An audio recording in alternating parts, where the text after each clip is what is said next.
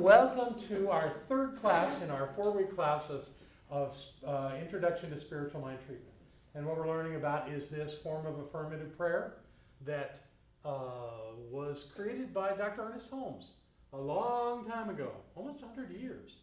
So we're to the place where we're going to be talking tonight about steps 4 and 5. And we'll get into the details of that in a minute, but I think the place to actually start here is a quick review so we know where we're going. So let's talk about the first 3 steps one at a time. Step 1. What is the name of step 1? Remember, no calling out. We're going to put it into the microphone so people who are watching this recording can hear it. Who wants to tell us what the first step of treatment is called? I've stumped you all. I am a terrible teacher. Okay. It's the recognition that Spirit, the divine, is all there is.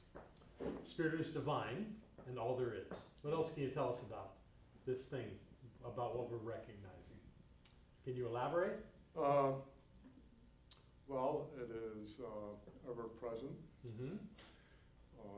and being the source, origin, and cause for all things. It is all knowing and all doing. Oh, you've hit a lot of stuff now. That's great. That's great. Welcome. Thank you for joining us right in front of the camera. Well, he hasn't been to class before. He wouldn't know. Ken, they want you to duck when you go in front of the camera. No, you didn't. You did it again. Okay. That's my intro. So Well, you've let yourself known to all the people around the world that are watching this recording. But I'm glad you're here. That's great. Okay, so thank you. That was great. You covered a lot of stuff there. Anyone want to add anything about this step? Here's an angle. What's the purpose of recognizing that presence? Why do we do that? What does it matter? Who wants to speak to that? Go ahead and give it to April.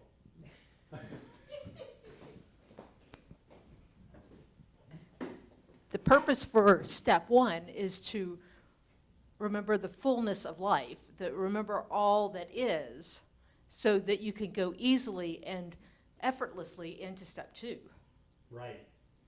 So you can remember that since all of this is true all the time, then it must be who I am. Well, we're not talking about step 2. We're talking about step 1. But that's We have more to come from Dr. Primal. Hold it up a little closer so we make sure that people can get it. Okay, the reason it is first is that being the cause and origin of all things, it is the beginning of all It things. really is the logical place to Yes. start.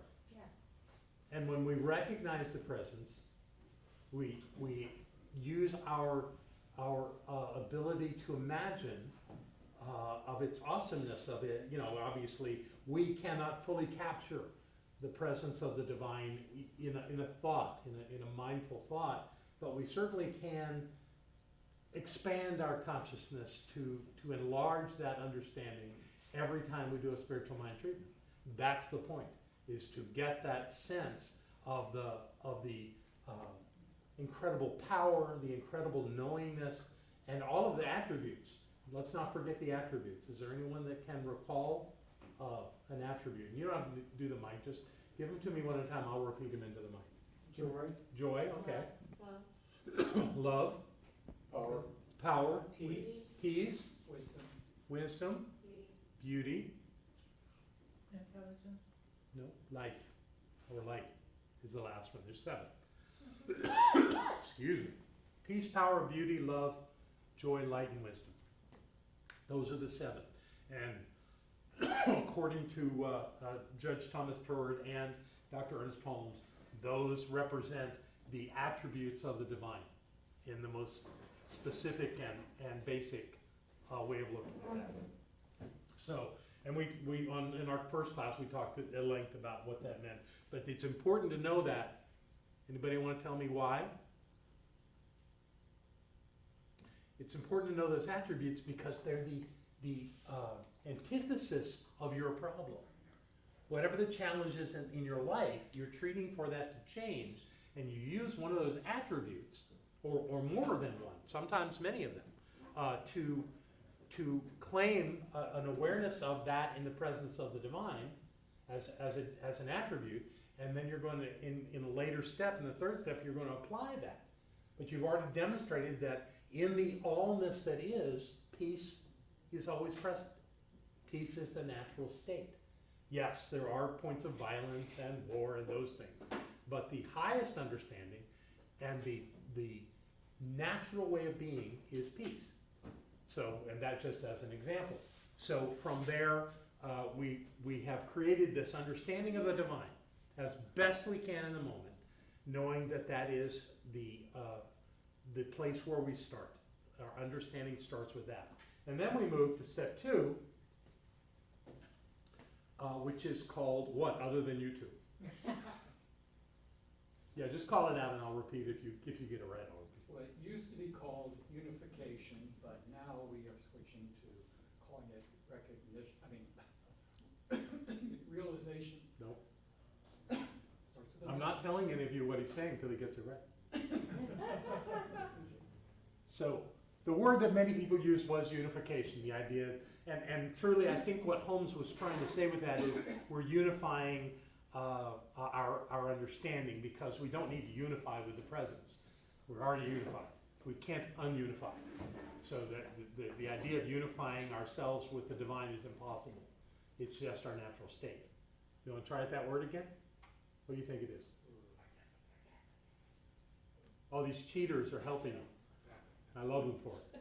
something, I was thinking as always an I for identification. Oh, that's it. It's identification. Very good. Thank you. So we identify ourselves as that presence. So we recognize that the presence of the divine is everything and always, transcends time and space, all powerful, infinite in every way. And that's who we are. Now that sounds a little goofy. It just, really? You really think you're God?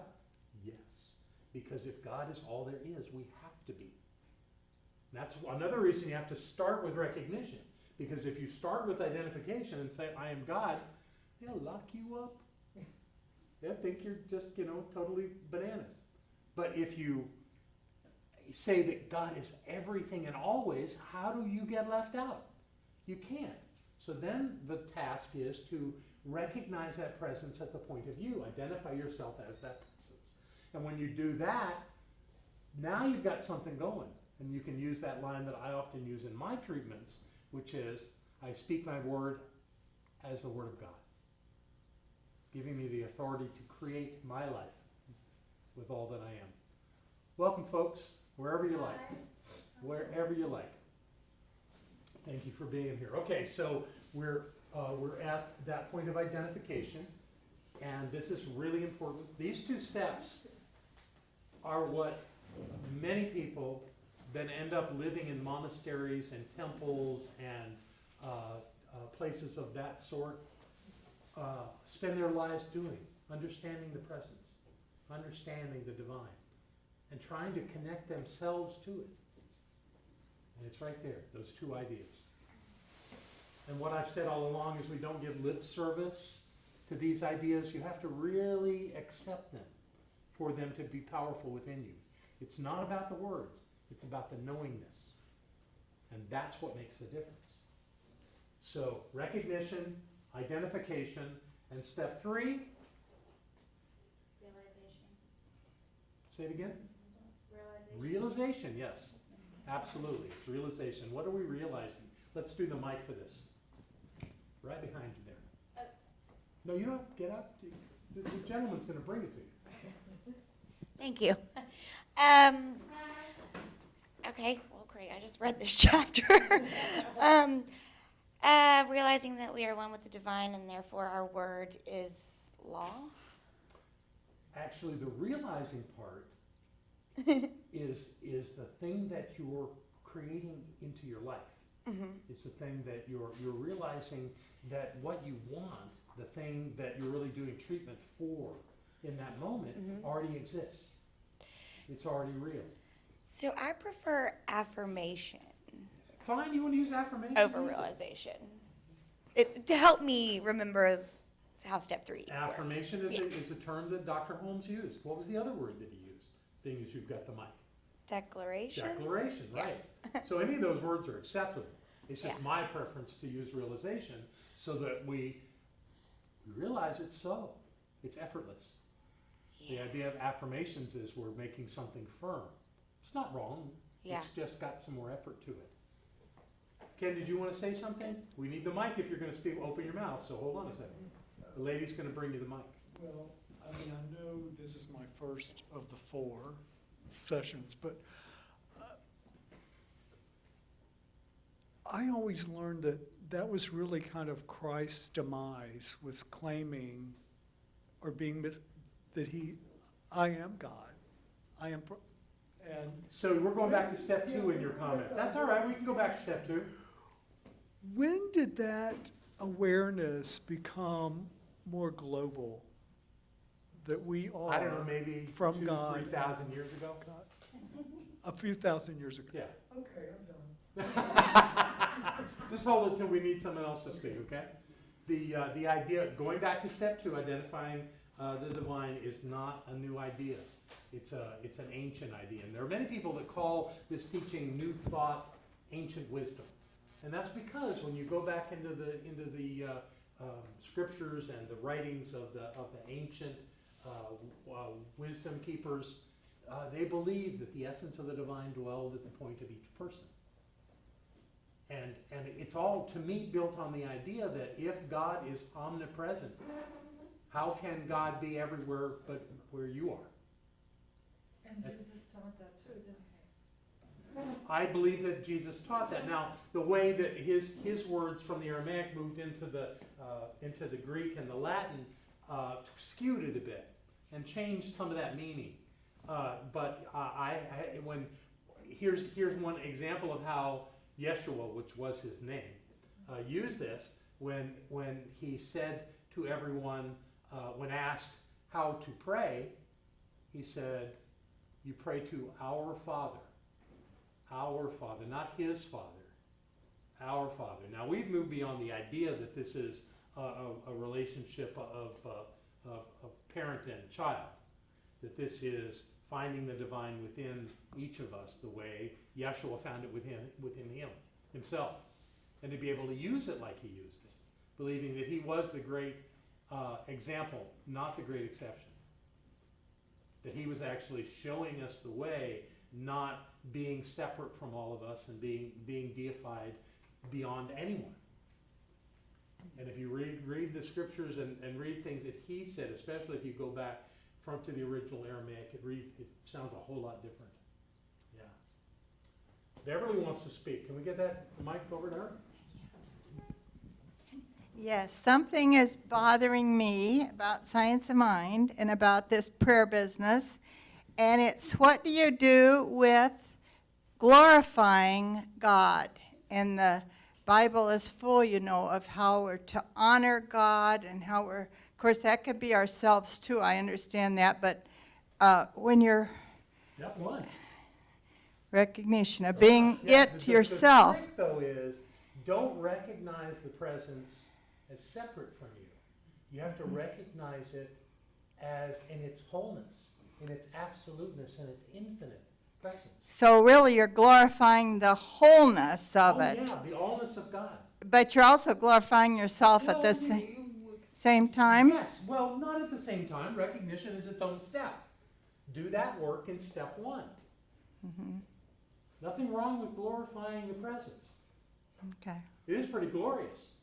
Right. You know, Oh, yeah. A sense of As the a divine creator. You have to go to a place of glory. How do you not? But Okay. it's not. We don't worship it. That's the word that doesn't work here. We don't make it better than us.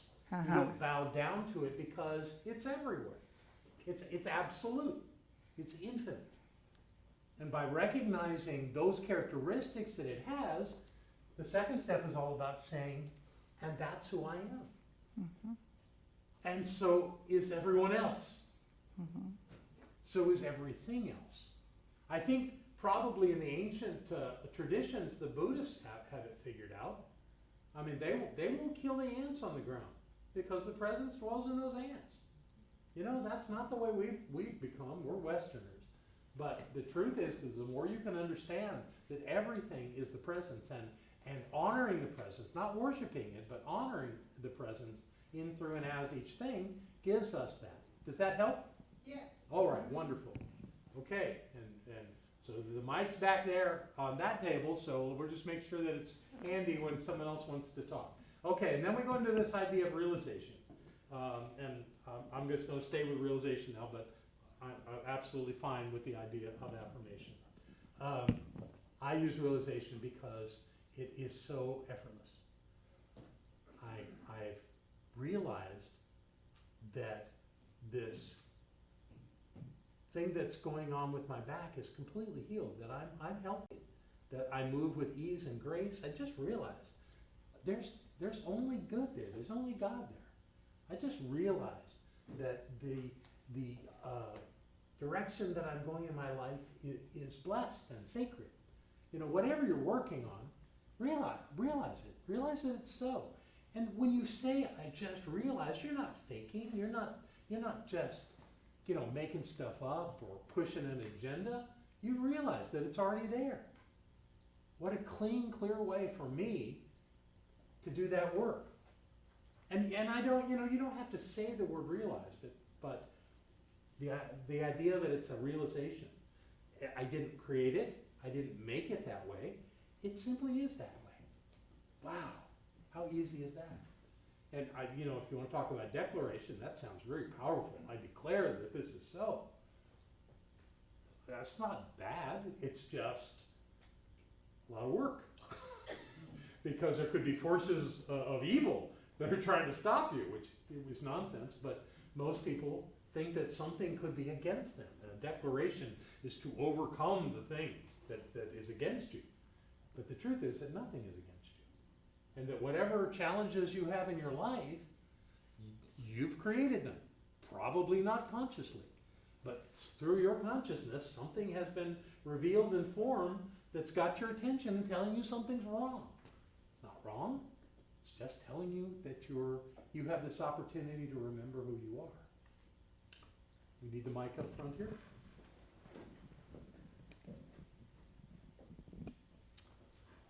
I just have a comment to maybe add to the idea of declaration. Okay.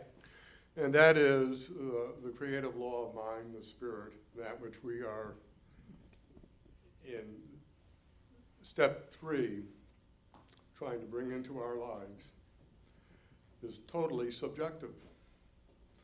And if you declare something to the subjective, it has no choice but to accept it, act upon it, and make it so.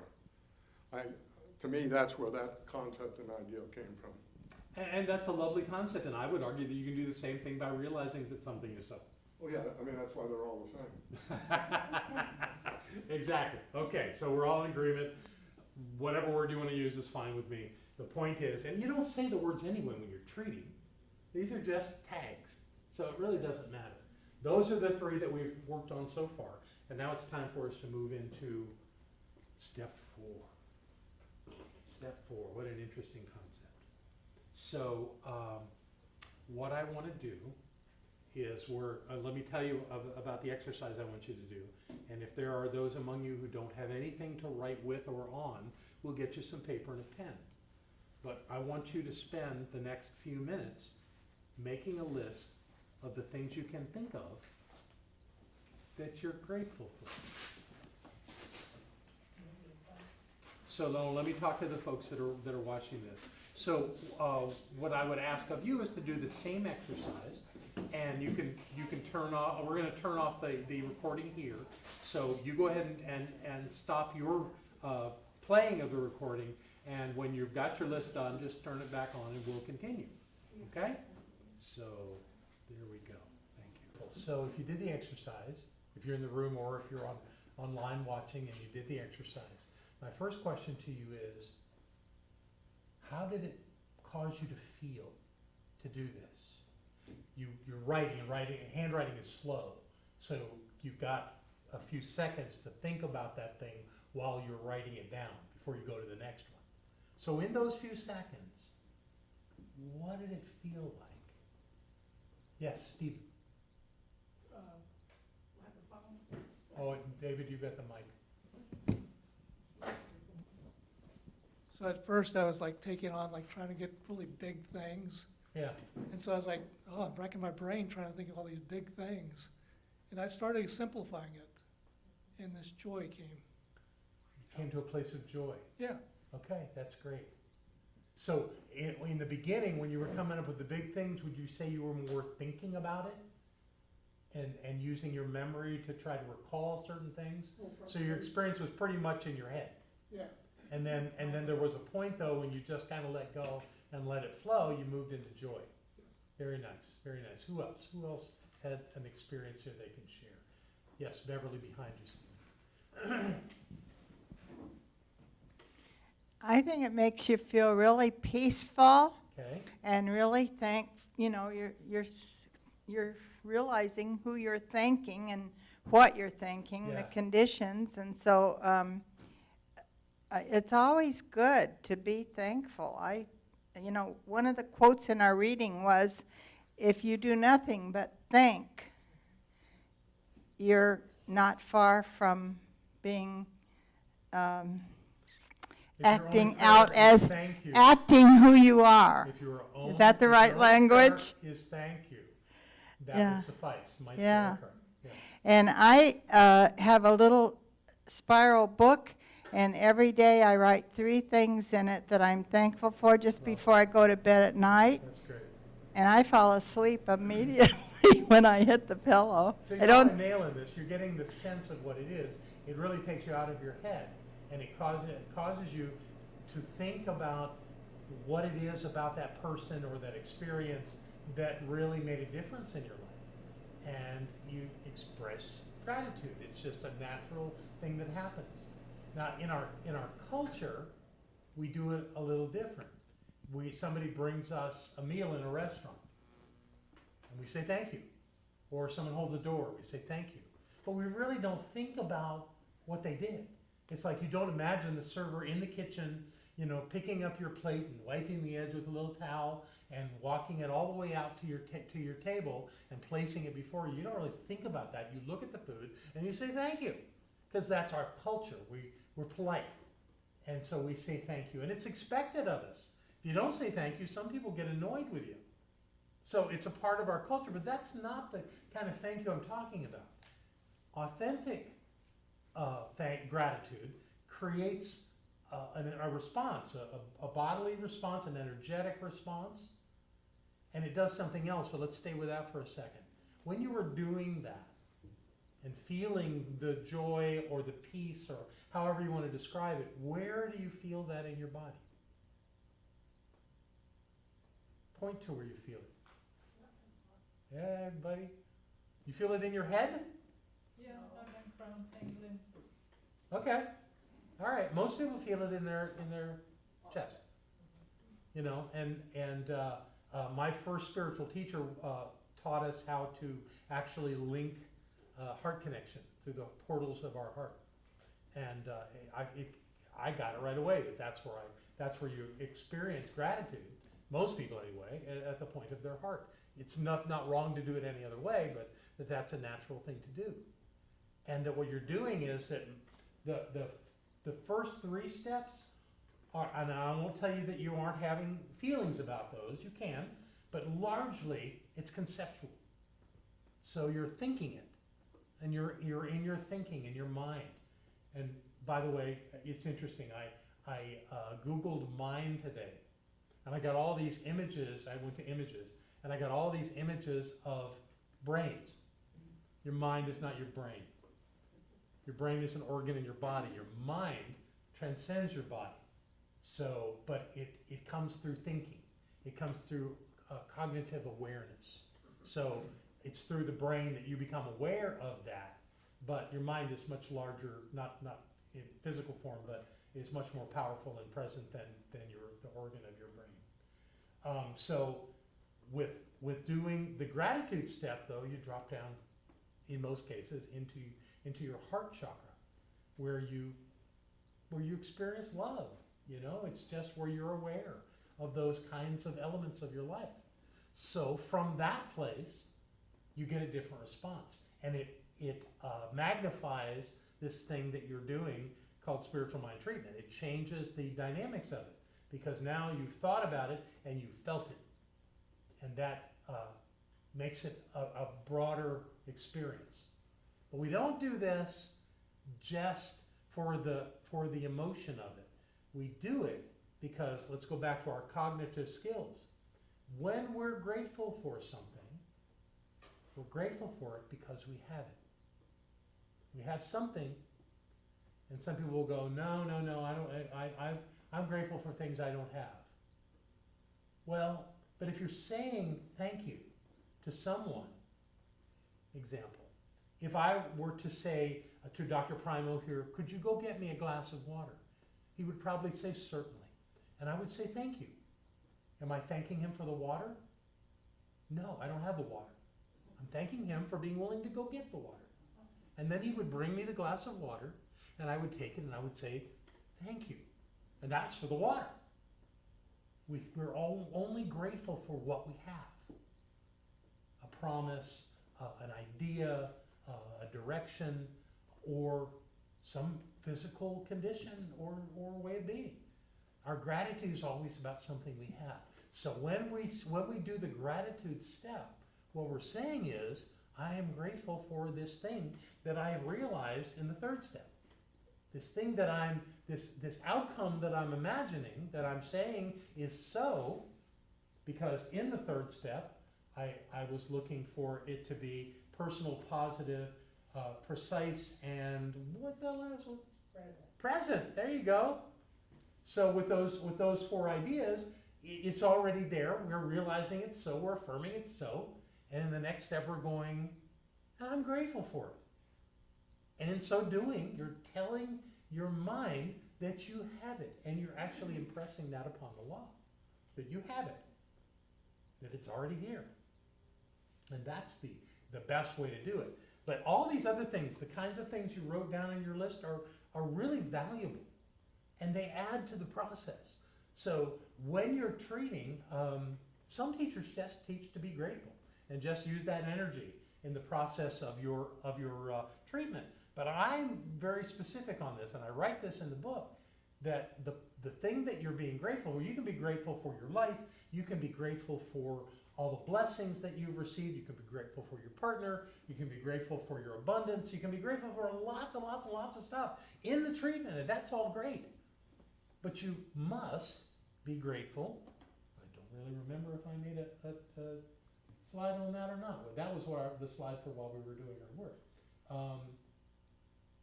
Here we go. This will help us. Statements of gratitude for what you have experienced up till now is what step 4. What you can do is step 4. And statements of gratitude for your life and for anything, and all the blessings of your life. That you can put in your treatment, but you must put in your treatment that which is realized to be so in step 3. That's the point of it. By identifying, let's not use identification, by realizing that something is so in your life, and then being grateful for it, kind of seals the deal. It really brings it to a place where you go, well, this has to be so. I'm great. I've got it. I've said I've got it, and now I'm grateful for it. That's what we do as human beings, is we get something and we're grateful for it. So that's what we're creating in our thinking through this process. Where's the mic? Ah, he's got it. Great. Tommy. I have a little affirmation that I've used, and it kind of covers what I feel is gratitude. And when you asked to write it down, it just naturally came to my mind. Share it with us. That is God's mind. And it goes, I see through God's eyes. Thank you for my perfect eyes. I listen with God's ears. Thank you for my perfect ears. I think with God's thoughts. Thank you for my perfect thoughts. I speak with God's words. Thank you for my perfect words. I love with God's love. Thank you for my perfect heart. So what you got there are second step statements and fourth step statements. Lovely. That's just a lovely idea on creating gratitude for what you have and who you are. Very nice, very nice.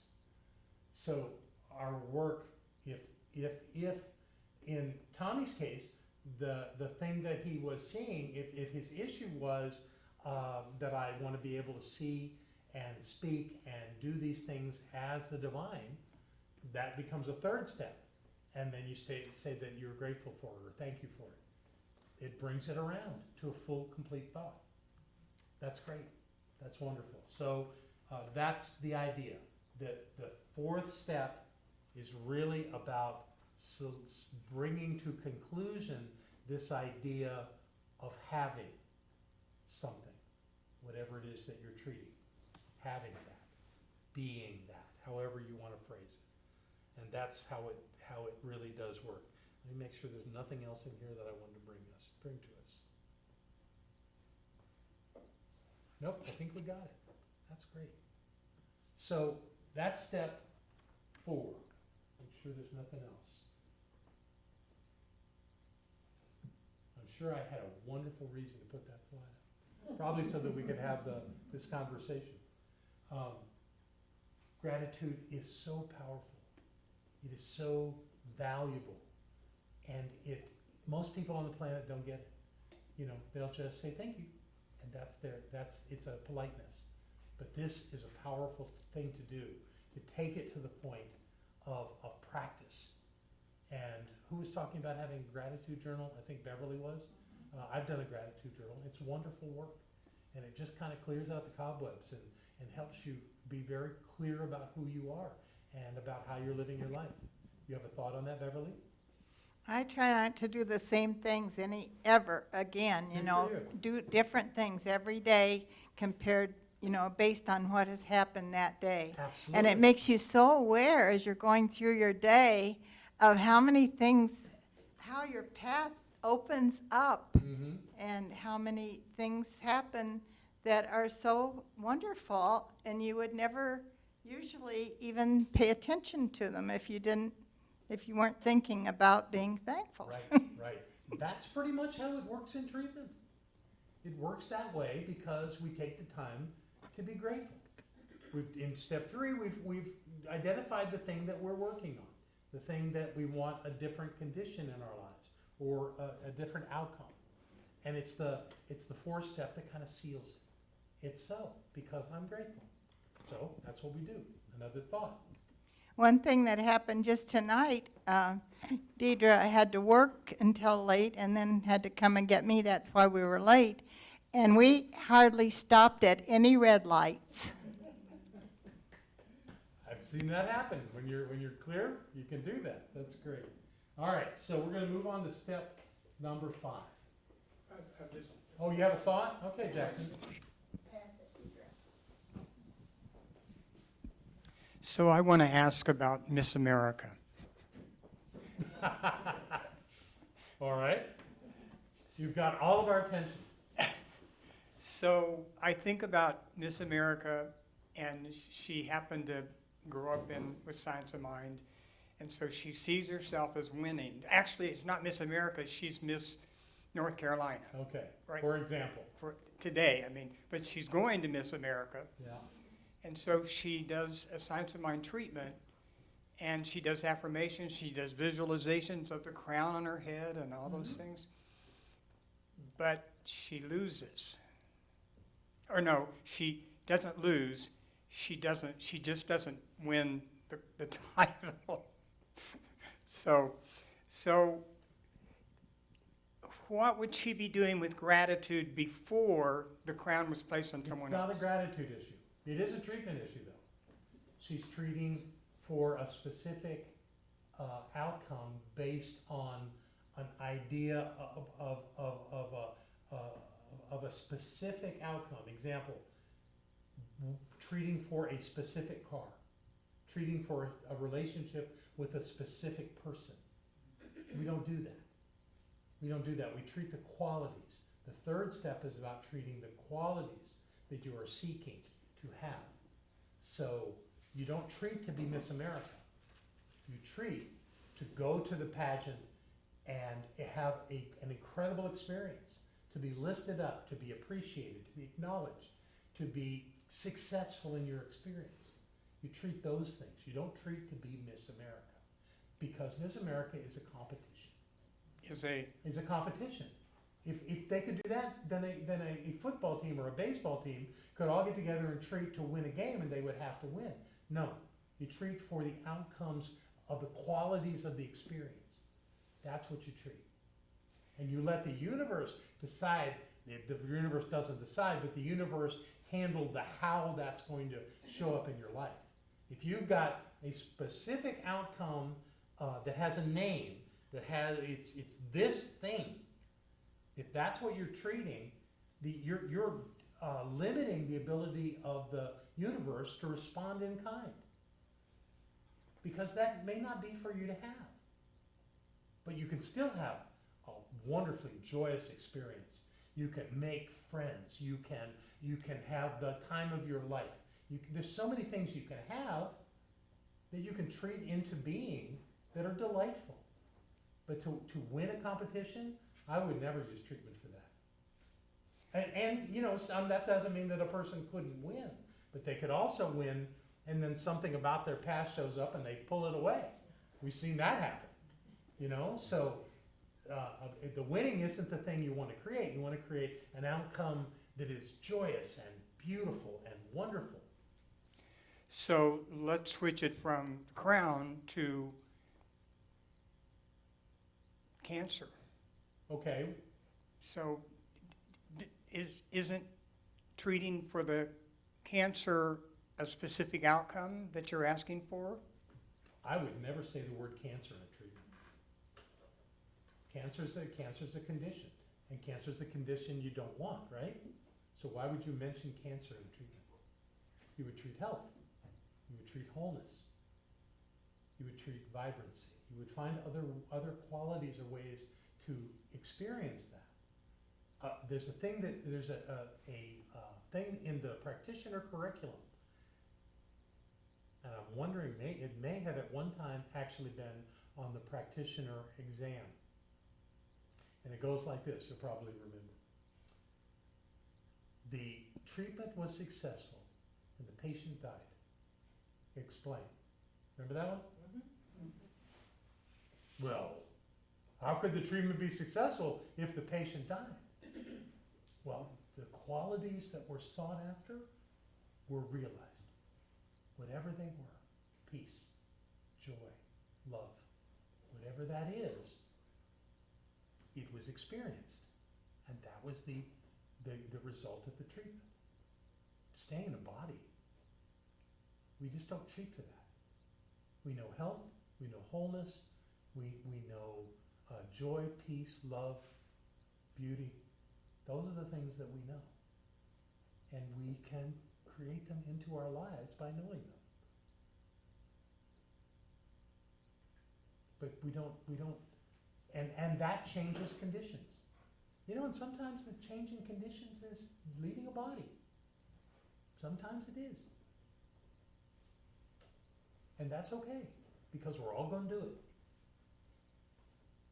So, and what happens out of that is suddenly the malady, the condition, the disease, suddenly doesn't have the hold over us that it had. One of my most beloved practitioners said I do this without crying. Lissa Rowe was diagnosed with cancer and didn't live very long. But I got to tell you, that was the most joyous person I knew on her road to leaving this life. She was amazing. She knew who she was. She knew that she was the presence. And she knew that there were greater things to go do. She was so clear. And her journey was magical. She came and spoke to us only a short time before she left. And she got up there and said, you know, all the years I've been coming to this center, I've been dying to speak to all of you. She had the room in stitches. She was brilliant. You know, she wasn't afraid to die. And she had cancer, and that's what took her body. But the joy in that woman's heart is eternal. So treatment is not about fighting life, battling through something. That's another reason I stay away from words like declaration and affirmation. Those words have their place, but I don't use them in describing treatment. I want to realize that everything's okay. Everything's exactly the way it's supposed to be, and all is well, because God's in the midst of it all. That's treatment. That's the work. And if we can change our perception, we've done our work. Sometimes everybody gets to see the change, because suddenly there's this instantaneous healing and the thing's gone. That's that person's path. Not everybody, though. It's just we're all on that perfect path. And I believe doing this kind of work makes the path much more beautiful, much more meaningful. Being afraid to die is hard. God, it's hard. But living while you're here is a joyous experience, no matter where you're headed. And we're all headed to the same place. I don't know what that place is. I'm not going to stand here and tell you what I know is the afterlife. But every indication I have is that it's wonderful. So wonderful that if we all knew what it was, we'd run out there and jump off that bridge around the corner. But let's not, because we have work to do here. So really, to me, one of the greatest aspects of treatment is a way to change our perception. And Holmes said you can change conditions, and you can. But you can't deny your path. We've all got a path. We're all on that path completely. And this teaching and this process helps people to find the peace and the joy and the love on the path. And when we do that, we're better off. That make sense? I think we'll take a break now. Okay, so welcome back, everybody. We've just spent the first part of our class talking about gratitude, and now we're going to move to the idea of the fifth step, the final step, which is called, mostly commonly it's called release. Some people call it letting go. Either way works. They really are synonymous. I don't see a difference. It's just semantics. But what I do want to tell you about these two steps that is interesting, the fourth step and the fifth step, were not originally taught by Ernest Holmes. His were the first three steps. And when you were done with your realization, affirmation or declaration, whatever you want to call it, you were done with your treatment. And he had a number of students that he had in the early years. He drew a lot of attention from religious leaders. Check your mic real quick, because all of a sudden Can you hear me now? Okay, I'll stand. So he had a number of religious leaders that came from other faiths to study with him. Many of them became, at the time it was called religious science, they became religious science ministers and went and started churches all over the United States. There was one who had founded a church in Oakland. It was called First Church of Religious Science, Oakland, California. His name was Dr. Orrin Moen. And Dr. Moen came to Dr. Holmes and said that his students weren't feeling complete at the end of the third step. And Ernest said, well, what do you have in mind? And he explained that his students liked the idea of being grateful and of having some kind of a release to the treatment, a completion of the treatment as a step. And Ernest, being Ernest, said, okay, and went with it. And so if you read the original Science of Mind textbook, all of those treatments are the first three steps. The idea of these last two steps are newer in the process, not that new, they're still 70 years old probably. But the idea, I think, is brilliant, and I'm really glad that he did that, because it really adds to the whole dynamic of what we're accomplishing. So there's some things about this letting go, this releasing of the treatment that are really important. So what is it that we're releasing when we do a treatment? Anybody want to take a shot at that? Raise your hand. The mic's sitting right over here behind RJ. Beverly wants to speak to that. Okay. What do you think it is? What are you letting go You don't of? have any more responsibility about it. You just let God handle it. Let the source handle it, which you are, but. Speak but into the you mic. work along- Speak into the mic. You work along with it, but you don't have to do anything. Very nice. Okay. That's a big part of it. Anybody want to see anything else? She's recruiting speakers into the room. All right. So you have a thought. Christiana, yes. I would release it in the knowing that it is so. That's, again, absolutely.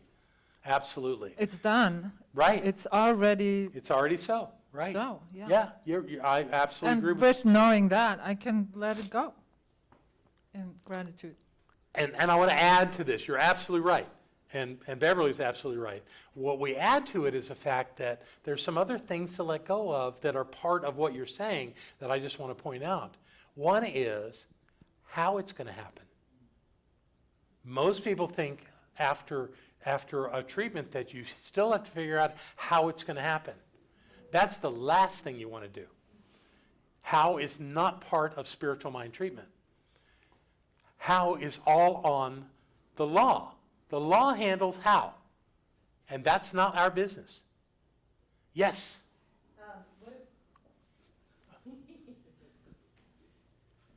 What about the treat and move your feet type of thing, the follow-up action? Oh, well, you got to do something. Yeah, okay, okay, let's point that out, that yes, you do treat and then you act as though it's so, which means that you do whatever you do on normal cases. You don't sit and eat bonbons all day waiting for it to show up. You still act on it, but you're not in charge of it.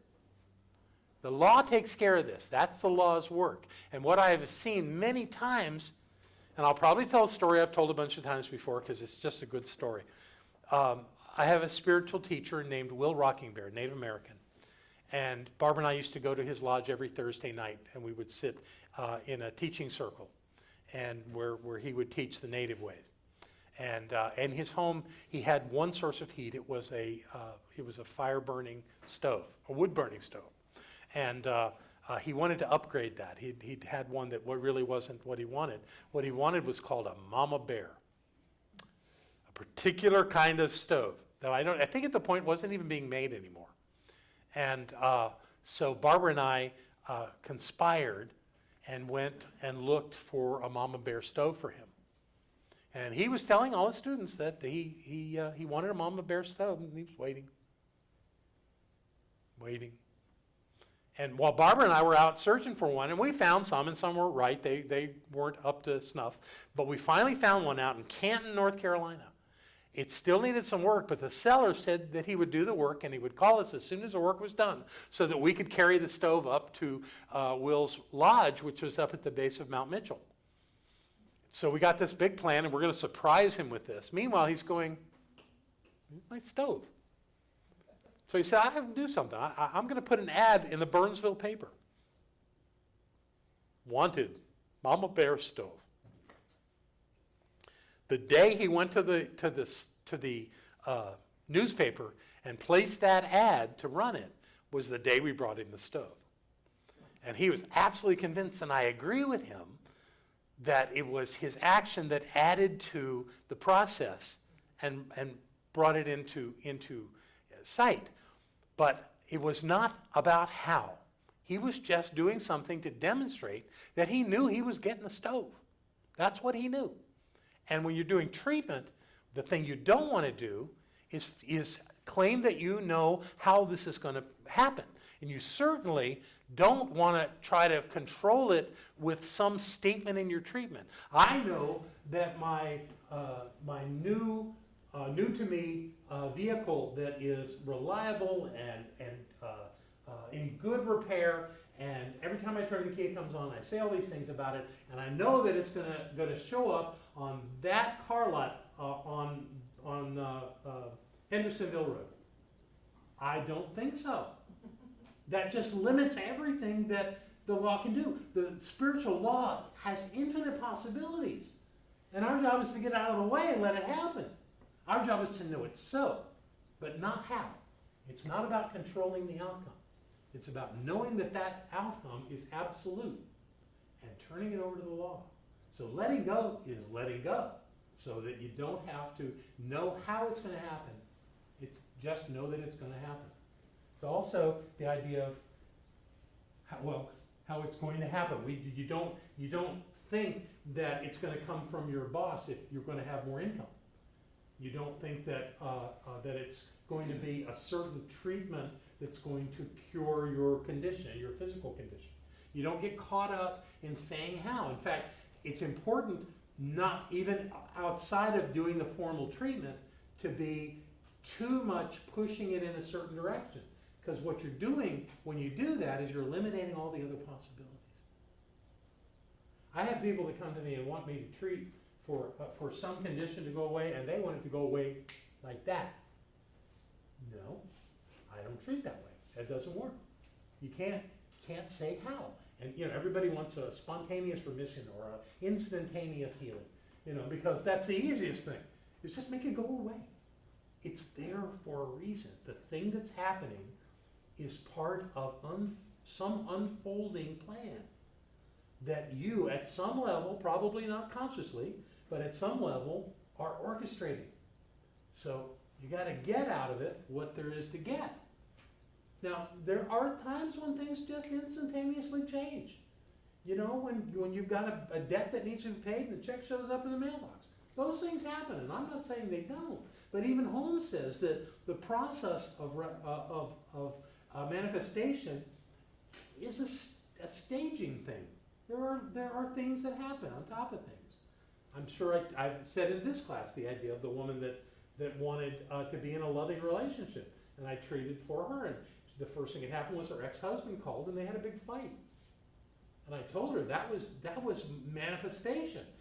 Because you want a clean, beautiful, loving, respectful relationship, you've got to clean up your last one. Or you're going to carry all that nonsense into the new one, and you're not going to get this thing you say you want. You had, on a silver platter, there it was, chance to heal. And you just kind of spit at it and said it was wrong. It wasn't wrong. It was the manifestation of the treatment. The first step, anyway. So everything's moving in that direction if you know it's moving in that direction. So don't try to say how it's going to happen, and certainly do not say when it will happen. It's not about when. There's no, in fact, in your treatment, you're treating present. You're saying, I realize right now that this is so. That's the only place you can do that. It's so right now. So then you can't say, and I'll have it in 3 weeks. No. That's a limiting thought. Don't do that. So all the hows of this, you have to release. You got to let it go. And you really do kind of turn it over, because your job is to impress upon the law this understanding of the condition you seek. That's your work. Beyond that, step back and let it happen. Now, again, act as though it's so. Move in that direction. Be okay with it. But don't set hard guidelines the way it has to happen. Let it happen. Let it happen. Do your life. Know it's so, and let it come. Because it's already so. So your actions all just support your knowing that it's so. Okay? So that's the idea of, yes, we have a question, so we need a microphone. It's not a question.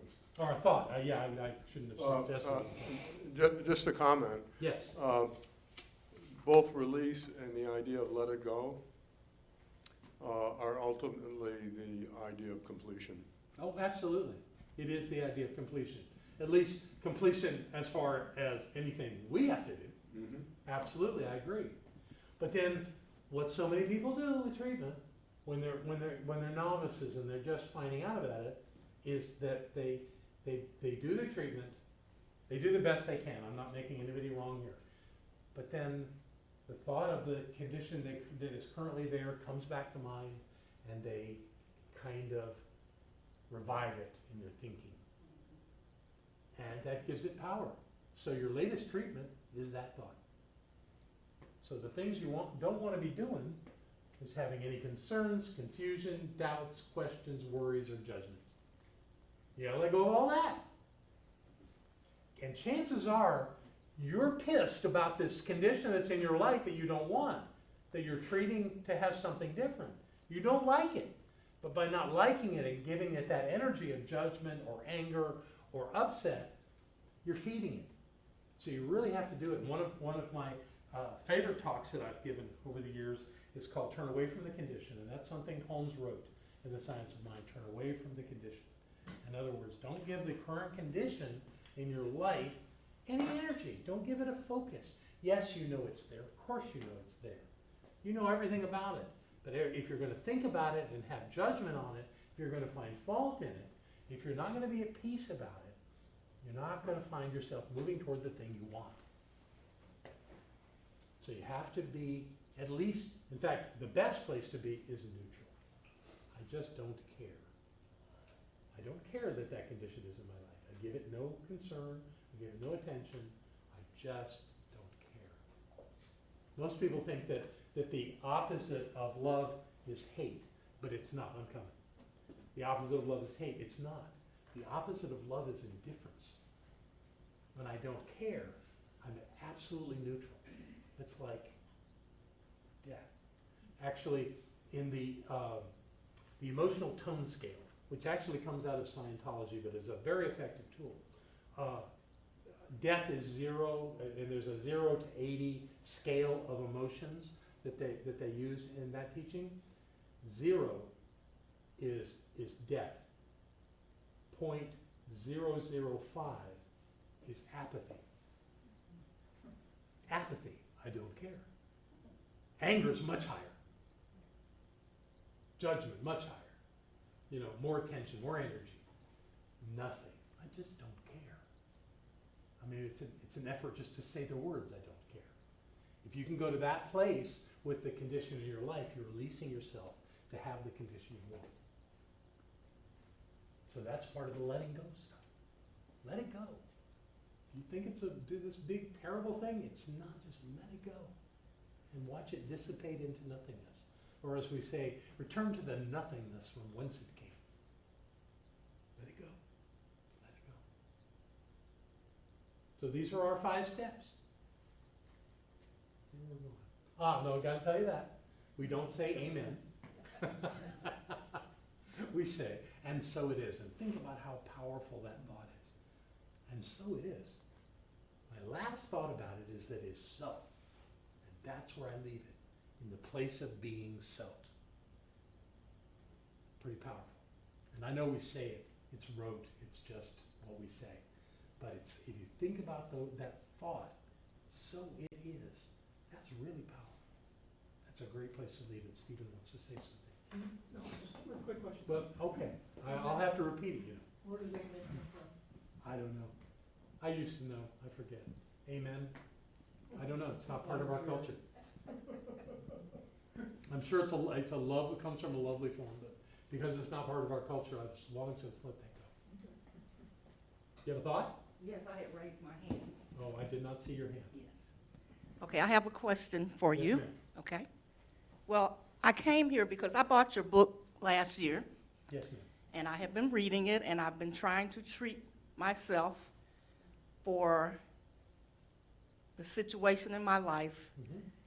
I've been dealing with my son being estranged from me Mm-hmm.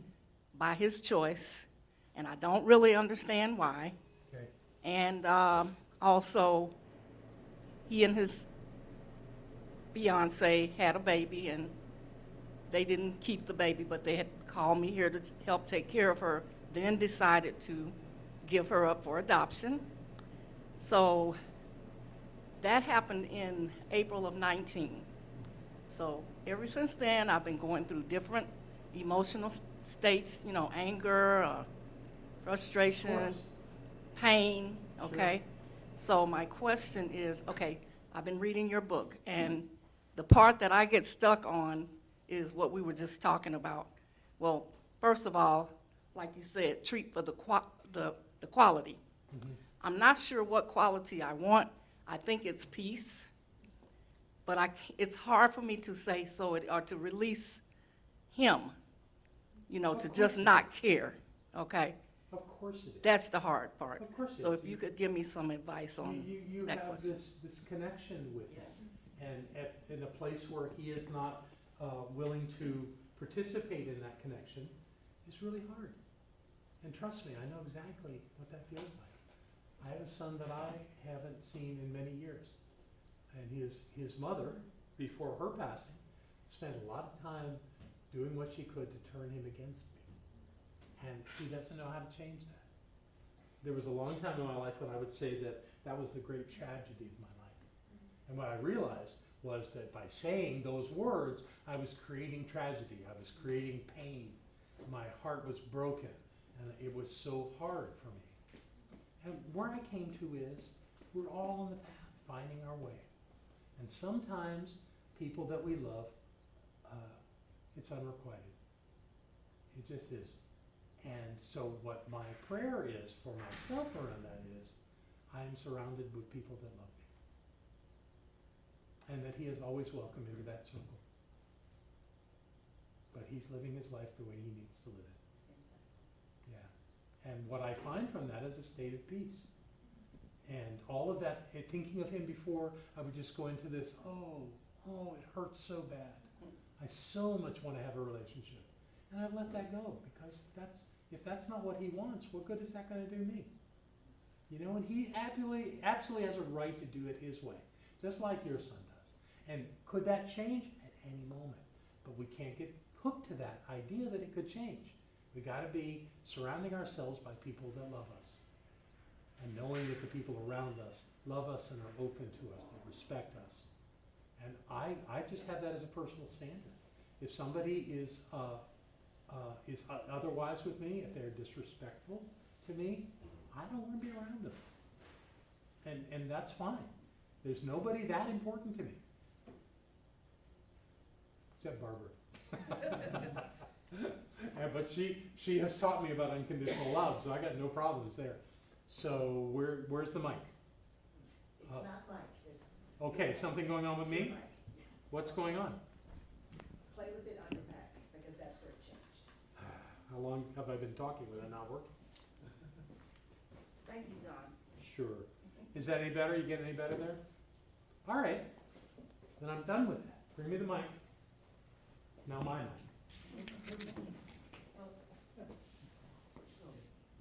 Well, you know, I've recently been at CSL in Fort Lauderdale.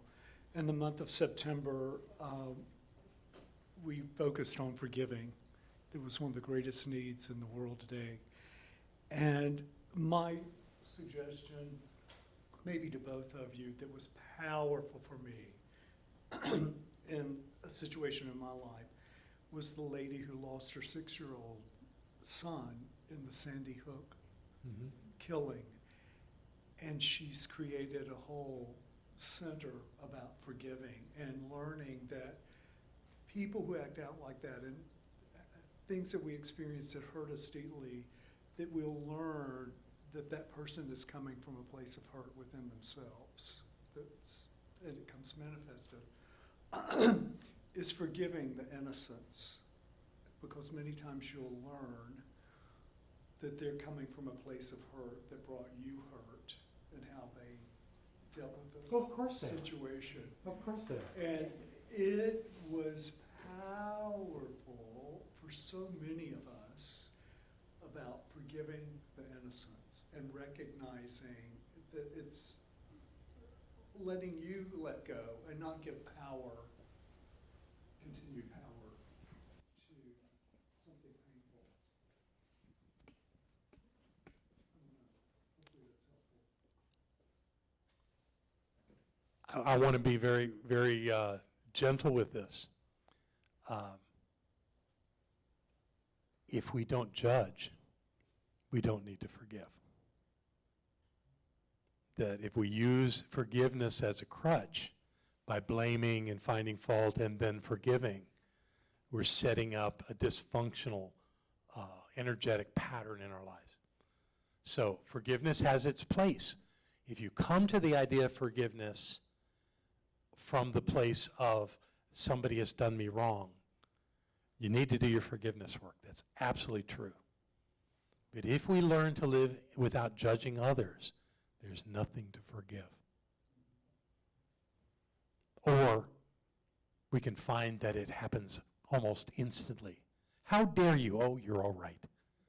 You know, just only let it hook you. Don't let it get you. And I'm not sure that we're looking to forgive. My son's doing what he's supposed to do, you know. And I have no reason to blame my ex-wife. You know, she was on her perfect path, and I picked her. You know, So blaming her wouldn't do much. I'm sure I did for a long time, but there's just nothing there anymore. You know, so forgiveness certainly has its place, but in the case of what we're talking about, I think the work is to clear ourselves and to know that we're really in a beautiful place and that we really are respected and appreciated and loved by the people around us. And when we do that, and when we treat that, knowing that, all that clears up. And all we can do is wish others well. Just wish them well. It's okay. They can do what they want. It's all good. And then I have some people that hear my story about my son, and they try, so you need to write him. You need to be in touch with him. Just let him know how you feel. No, I don't. I know how I feel. That's what's important. You know? And he apparently knows how he feels, so good for him. It's okay. You know? And also, I don't know how life really unfolds. Do we meet people again in the next life? I don't know. Maybe we do. Maybe this is just a piece of the puzzle. Maybe there's lots more that, you know, if life is eternal and we have multiple lives, you know, who knows? Maybe that all unfolds through lifetimes. Who knows? But there's nothing wrong going on. God's in the midst of all of it, without exception. So, any other thoughts about treatment? Because I'm about to send you into an exercise. Okay, so I will explain to everyone in the room, and then I'll talk to the folks that are watching this from another place at another time. So what you're going to do in the teams that you've set up, the probably triads or quads or however it falls out, is one of you is going to talk about something in their life that they would like treatment for. And then you as a group are going to create a treatment, a 5-step treatment. Probably the person that's got the thing that you're going to be treating on should be the one that takes the notes. And you're going to write out a treatment. Collectively, you're going to collaborate on doing a treatment together. And then when we're complete, if we do this in quick order, I'll ask that person at each of your groups to read that treatment aloud for us so that we can share in it and see how it unfolded. Are y'all game? Okay, so you know which group you're in. So let me speak to the people that are watching this in another way. If you have people with you watching this, do the same thing. If you don't, if it's just you, then I want to invite you to do this process for yourself, to actually write a 5-step treatment in order that speaks clearly to whatever condition you'd like to have in your life. And so you're going to turn your recording off and do that treatment, and then join us at the end while the other groups share their treatment. So we can take that down now. Have everybody's attention? Thank you for participating in the exercise. We're at a place where we don't have a lot of time left, so I'm going to ask, is everybody with us? Hi. So I'm going to ask for 2 examples of treatments that have come. So I would ask someone from this group to start. Is that you, April? All right, come up here and share your treatment from your circle. Come over here.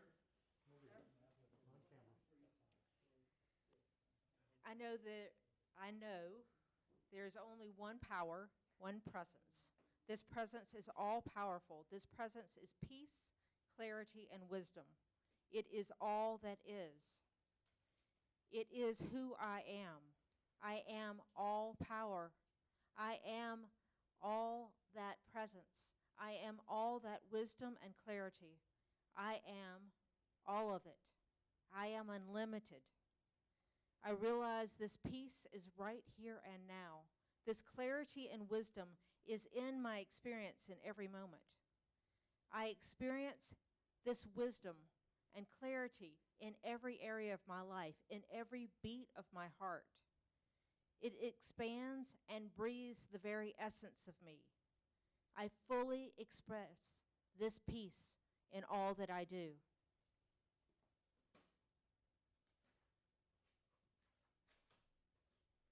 I am very grateful for this peace, clarity in every aspect of my life, right here and now.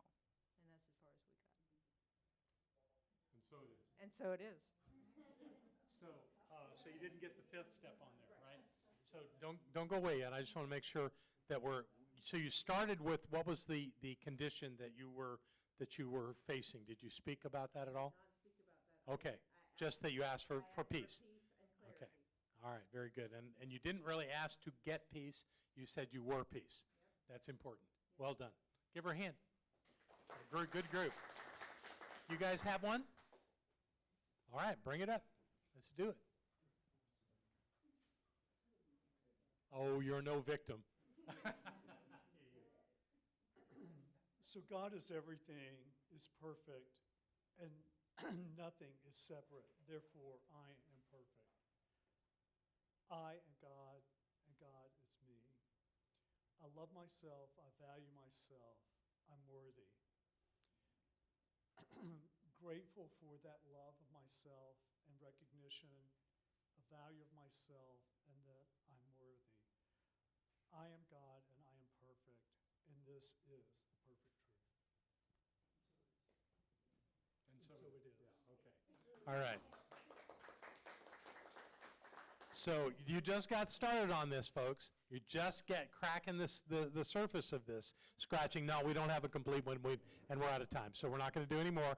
But if you want to continue working on these and bring them back to class for our last class next week, that would be great, because we're going to do more of this kind of stuff. So now it's going to be on you to create the product called Spiritual Mind Treatment and demonstrate that you understand these 5 steps. I think in every case here, we didn't quite get to the place where all 5 steps were revealed in the short amount of time I gave you. No problem. We'll do it again next week. Okay? I'm going to be here again next week. Yeah, absolutely. Yes. That'll be our last class, because it's a 4-week class, and we've done 3. So I got one more class. And the thing that I was saying that we're not planning to do right now is the next class. Not this class we're going to complete. The next, you want to say, course, to make a distinction there. Okay? So that's where we are. So thank you. That was a great experience. So what I want to do now is for us to accept the gifts of those of you that are here to do that.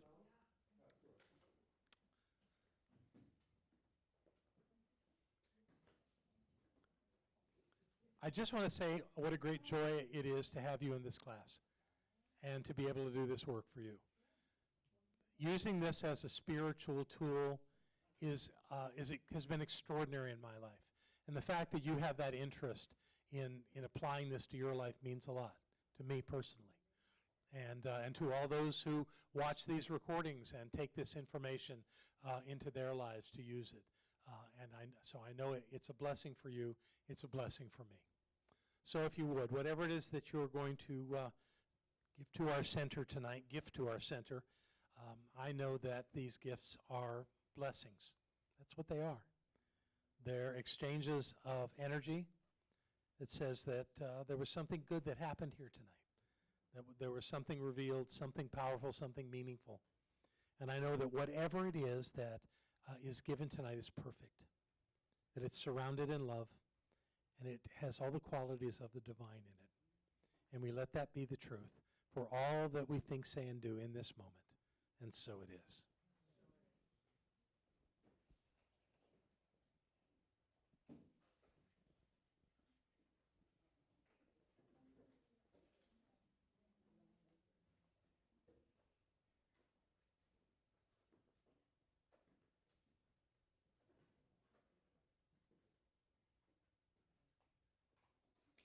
We got time. No freaking out.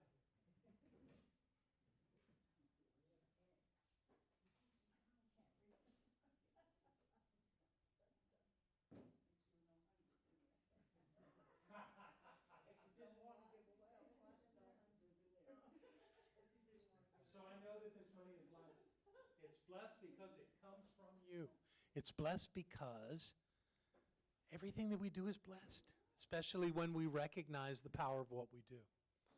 So with conscious attention to this, I know that we complete our work here tonight, and we're all better off for it. And we leave this place, this center, knowing that wherever we go and whatever we do, we are clearer about this spiritual journey of awakening that we are on, and all is well, because we know that all is God, and so it is.